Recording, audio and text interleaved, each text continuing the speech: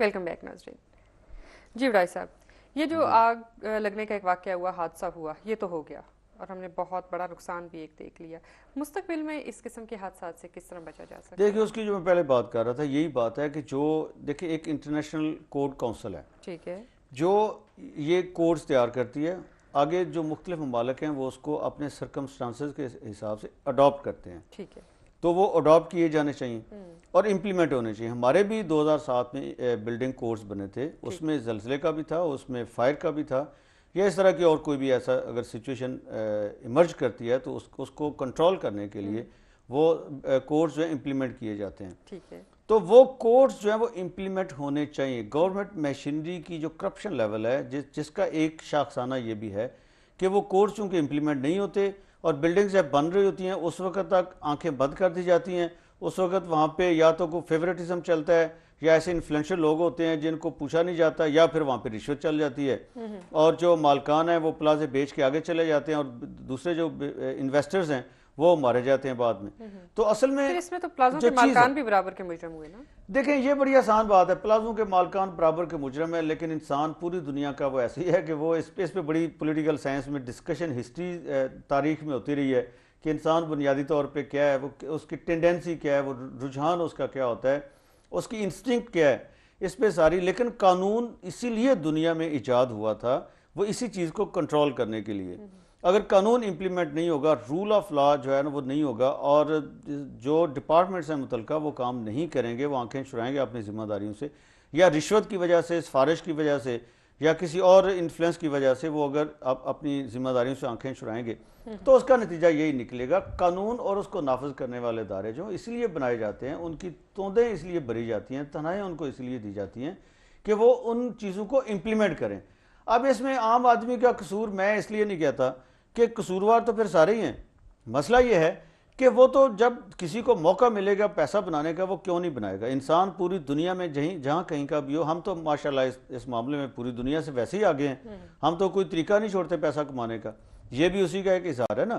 مسئلہ یہ ہے کہ اسٹیٹ کدھر ہے, اور اسٹیٹ کی جو ایجنٹ ہے گورنمنٹ وہ کدھر ہے, اس کی مشینری کدھر ہے, اس کے وہ لوگ جو ہمارے ٹیکسز سے تنخواہ لیتے ہیں وہ کدھر ہیں, ان کو یہاں پہ نظر آنا چاہیے نا. وہ ان جو کوڈز ہیں اور جو بائی لاز ہیں ان کو امپلیمنٹ کیوں نہیں کرتے. اصل میں ایشو یہ ہے کیا اس میں بھی کسی کو سزا دی جائے گی. جب یہ پلازے بنے تھے اس وقت وہ لوگ وہ اتھارٹیز جو ان کو یہاں پہ بائی لاز امپلیمنٹ کرنے کے ذمہ دار تھے, کورس امپلیمنٹ کرنے کے ذمہ دار تھے, کیا ان کو سزا دی جائے گی, ان کو پوچھا جائے گا؟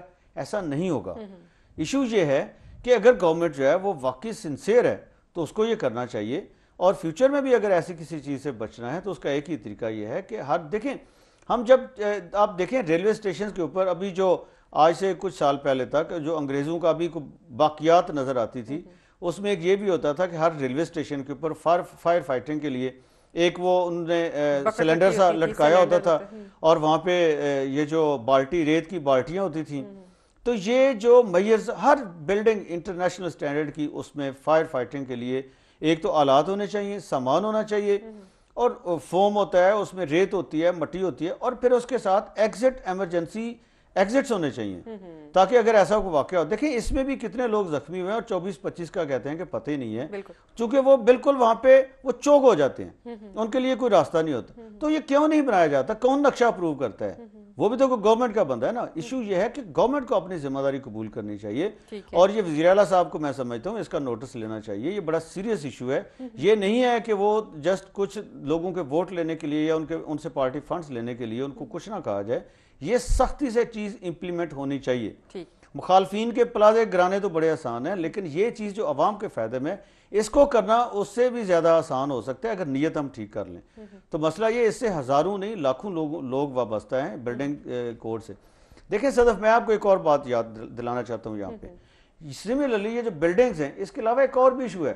ابھی پچھلے دنوں آپ کو یاد ہوگا کہ جنوری میں ایک سندھ میں واقعہ ہوا, کراچی اور حیدرآباد کے درمیان. ایک بس کو آگ لگ گئی, وہ ٹینکر کو ٹکرائی اور اس میں 32 افراد زندہ جلس گئے. 50 اس میں افراد سوار تھے, جس میں سے باقی لوگ جو ہیں وہ زخمی ہوئے, لیکن جانیں ان کی بات کی. 32 افراد وہاں پہ موقع پہ اپنی جانوں سے ہاتھ دھو بیٹھے. اس کی بھی کیا وجہ تھی کہ ہماری جو بس کی کوڈ ہے, باڈی بلڈنگ کی جو کوڈ ہے وہ امپلیمنٹ نہیں ہوتی. یہ انٹرنیشنل لیول پہ دنیا میں کہیں بھی کوئی ہوائی جہاز ہو، ریلوے ٹرین ہو یا کوئی پبلک ٹرانسپورٹ ہو، اس میں ایمرجنسی ایگزٹس رکھے جاتے ہیں. ہمارے یہاں جو بس کی باڈی بنتی ہے، چیسز آتی ہے، اس کے اوپر جو باڈی بنتی ہے یہیں بنتی ہے، اور روڈ کے اوپر کون اس کو الاؤ کرتے ہیں آنے کا؟ اس میں صرف ایک فرنٹ ڈور ہوتا ہے ڈرائیور کا، اس کے ساتھ پیسنجرز کا، پیچھے کوئی ایمرجنسی ایگزٹ نہیں ہوتا. ایسا واقعہ اس سے پہلے جیلم کے قریب بھی ایک دفعہ ہو چکا ہے، اور کئی ایسے واقعات ہوئے ہیں کہ یہ جو ہماری ہم کہتے ہیں ایئر کنڈیشن بسیں ہیں، لانگ روٹس پہ چلتے ہیں، انٹرسٹی روٹس پہ چلتی ہیں، اس میں خدا نخواستہ کہیں اگر فرنٹ سے وہ لگ جاتی ہے، وہ آگے سے پچک جاتی ہے اور کوئی راستہ نہیں نکلنے کا رہتا، اور اس کو اگر آگ لگ جاتی ہے تو لوگ وہیں پہ ٹریپ ہو جاتے ہیں، اور ان کے ساتھ بڑا وہ بولے اس سے زیادہ تکلیف دہ سچویشن کیا سوچی جا سکتی ہے، ہو سکتی ہے. بالکل. تو یہ صرف یہاں بلڈنگز کا نہیں ہے، یہ باقی بھی ہمارے شعبوں میں ایسے ہے. تو ہمیں ان چیزوں کو خدا کے لیے میں تو صرف اپیل ہی کر سکتا ہوں کہ رحم کیجیے. اور یہ اتنا بڑا ایشو ہے، اب تو دنیا یہاں تک چلی گئی ہے کہ جو گھر ہوتے ہیں، گھروں میں بھی فائر الارم لگے ہوتے ہیں اور ان کا کنیکشن ہوتا ہے جو فائر بریگیڈز ہوتے ہیں لوکل گورنمنٹ کے، ان کے ساتھ. اور سموک اگر ایک سرٹن لیول سے زیادہ ہو جائے تو الارم ادھر چل پڑتا ہے اور وہ پہنچ جاتے ہیں وہاں پہ. ہم گھروں سے، ہم تو جو کمرشل بلڈنگز ہیں وہاں تک بھی نہیں پہنچے، اس پہ بھی ہم یہ امپلیمنٹ نہیں کر پا رہے آج تک. اس کی ریزن پیچھے وہی ہے کہ ہماری نیت ٹھیک نہیں ہے، ہم پیسہ رشوت اور وہ چلتی ہے یا سفارش چلتی ہے. جتنا کمپیٹنٹ سسٹم ہمارا ہے اس سسٹم میں سے گزر کر کتنا ٹائم ہمیں اور چاہیے؟ کیسا دیکھیں، نیت ہو، پولیٹیکل ول ہو تو پھر تو کوئی عرصہ نہیں چاہیے. ایشو یہ ہے کہ ول پار ہونی چاہیے اس کے پیچھے، اور نیت ٹھیک ہونی چاہیے اس کے پیچھے. انڈسکریمنیٹلی اس کو اپلائی کرنا چاہیے، امپلیمنٹ کرنا چاہیے لا کو، اور اس کے پیچھے کچھ بھی نہیں ہے. اگر ہم ایک پک اینڈ چوز والا کریں گے تو پھر یہ جو ہے نا یہ امپلیمنٹ نہیں ہو سکتا. اس کے لیے طریقہ یہ ہے کہ اکراس دا بورڈ اس کو امپلیمنٹ ہونا چاہیے اور سختی سے امپلیمنٹ ہونا چاہیے. اور جو بندے بھی کسی جگہ پہ بھی ملوث پائے جائیں ان کو سختی سے سزا دی جانی چاہیے، پھر یہ چیز کنٹرول ہو سکتی ہے. ورنہ اس طرح کے واقعات تو ہوتے رہیں گے خدا نخواستہ. اچھا بھائی صاحب، یہ جو کچھ ہوا ہے، حکومت تاجروں کو مالی معاونت فراہم کرنے کے سلسلے میں کیا؟ نہیں، وہ تو کرے گی، ظاہر ہے وہ تو دے گی. دیکھیں، وہ تو حکومت پہ تو برڈن یہ پڑتے ہی اس نے دینا ہی ہوتا ہے. وہ تو کچھ نہ کچھ کمپنسیٹ کرے گی، اس پہ کمیٹیز بنیں گی، پھر ایویلویشن ہوگی، اسیسمنٹ ہوگی، اس کے بعد وہ دے گی بھی. تو اس میں تاجر جو ہیں وہ جو کچھ ان کا نقصان ہے وہ سارا پورا تو نہیں ہو سکتا، لیکن یہ ہو سکتا ہے کہ اپنے پاؤں پہ دوبارہ وہ کھڑے ہو سکیں. یہ تو اگر 10 ارب کا وہ کہتے ہیں نقصان ہوا ہے، صرف وہاں پہ جو سامان تھا، اور باقی جو پلازا اٹس بلڈنگ ہے وہ کتنے کی تھی، اور یہ ساری چیزیں تو اب دیکھیں نا، نقصان وہ پورے ایز اٹ از پورا نہیں ہو سکتا. مسئلہ یہ ہے کہ وہ تو پورا ہونا چاہیے. کہ غریب آدمی کسی کا بھی نقصان ہوتا ہے یا امیر آدمی ہے، اسٹیٹ اگر اس کو کر سکتی ہے تو اس کو کرنا چاہیے. لیکن ایشو یہ ہے کہ اس کو یہاں تک نوبت آنے ہی کیوں دی جائے. بالکل ایشو یہ ہے. بھائی صاحب، ہمارے آج کے پروگرام کا جو دوسرا موضوع ہے اس کے متعلق بھی ناظرین کو کچھ نہ کچھ بتایا جائے. دیکھیں، ٹائم ہمیشہ دوسرے موضوع کے لیے ہمارے پاس کم رہ جاتا ہے. دوسرا موضوع تو وہ آنکھ مچولی ہے نا، جو نون لیگ اور پیپلز پارٹی کے درمیان چل رہی ہے. 10 نکات آئے، 19 نکات آئے. آج جو 10 نکات ہیں ان کے اوپر فیڈرل گورنمنٹ نے، گیلانی صاحب نے کہا جناب آپ جو حکم سرکار ہم اس کو امپلیمنٹ کریں گے، آپ ناراض مت ہوں، ہم تو بڑے تابع دار ہیں آپ کے.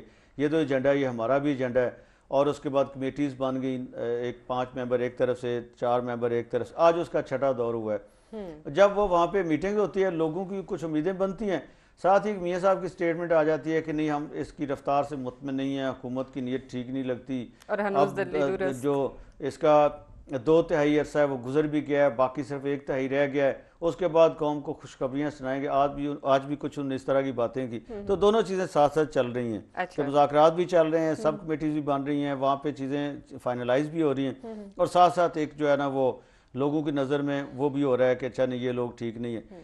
اسی طرح سے پنجاب میں پیپلز پارٹی نے بھی کیا. اچھا، انہوں نے بھی آج میاں صاحب کے منہ سے یہ نکل گیا کہ ہم تو جو وفاقی حکومت کی غلطیاں ان کی نشاندہی ہم نے کی ہے. اچھا. اور پیپلز پارٹی نے بھی پنجاب میں نون لیگ کی حکومت کی غلطیوں کی نشاندہی کی. اب وہ کیا رہا ہے کہ ایک دوسرے کی دونوں غلطیوں کی نشاندہی کر رہے ہیں. ہمارے تو ہر وارے نہ رہے ہیں. یہ تو پھر ایک اچھی پیش رفت ہے نا. نہیں، ہمارے تو وارے نہ رہے ہیں کہ چلیں ایک دوسرے کو وہ خود ہی بجائے ہمیں بتانا پڑے کہ بھئی یہ غلط ہے، یہ غلط ہے. جو میڈیا کرتا ہے وہ خود ہی ایک دوسرے کو ایکسپوز کر رہے ہیں. اور جیسے فیڈرل گورنمنٹ نے کمیٹی بنائی ہے، وہاں کے چیف ایگزیکٹو نے، پنجاب کے چیف ایگزیکٹو نے بقول راجہ ریاض صاحب کے کہ جی مجھے انہوں نے ایشورنس دیا ہے کہ اس کی پرسوں کمیٹی بنے گی، دونوں پارٹیز کی، اس میں نمائندے ہوں گے، اور وہ نمائندے پھر بیٹھ کے راجہ صاحب آپ کا جو ایجنڈا ہے یہ ہمارا بھی ایجنڈا ہے، ہم بھی یہی کام کرنا چاہتے ہیں، میں پورا آپ سے ایگری کرتا ہوں، یہ ساری چیزیں ٹھیک ہونی چاہیے، تو آپ بھی نامینیٹ کریں، ہم بھی کرتے ہیں. بقول راجہ صاحب کے انہوں نے ایگری کیا جی ایک کمیٹی جو ہے وہ پھر ان چیزوں کو اسیسمنٹ کرے گی، اور ان کی جو امپلیمنٹیشن ہے اس کے بارے میں وہ طریقہ کار وضع کرے گی. اور انہوں نے کہا جی ہم بھی جناب.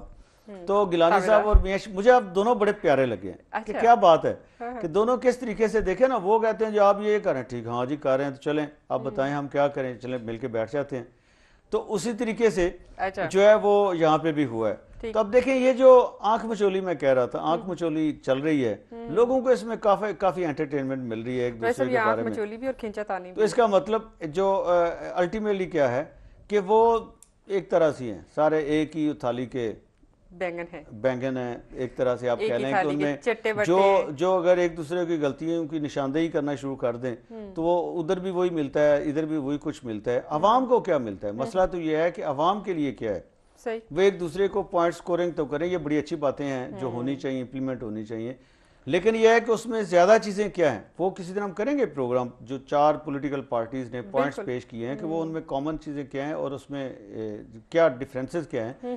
لیکن اصل چیز یہ ہے کہ حکومت جو بھی حکومت ہے وہ اپنی سمت درست کرے, کیونکہ حکومت اس میں لگتا ہے کہ دونوں ہی صلاحیت سے محروم نون لیگ دونوں ہی ایک دوسرے سے ڈرے سے ہیں اور دونوں ایک دوسرے کو ڈرا بندہ خود ڈرا ہوتا ہے تو دوسرے کو ڈرانے کی کوشش کرتا ہے. اچھا, تو وہ جو ہے نا لگتا ہے کہ دونوں ڈرے بھی ہوئے ہیں اور ایک دوسرے کو ڈرانا بھی چاہتے ہیں اور پھر ایک دوسرے کو دلاسا بھی دینا چاہتے ہیں کہ نہیں.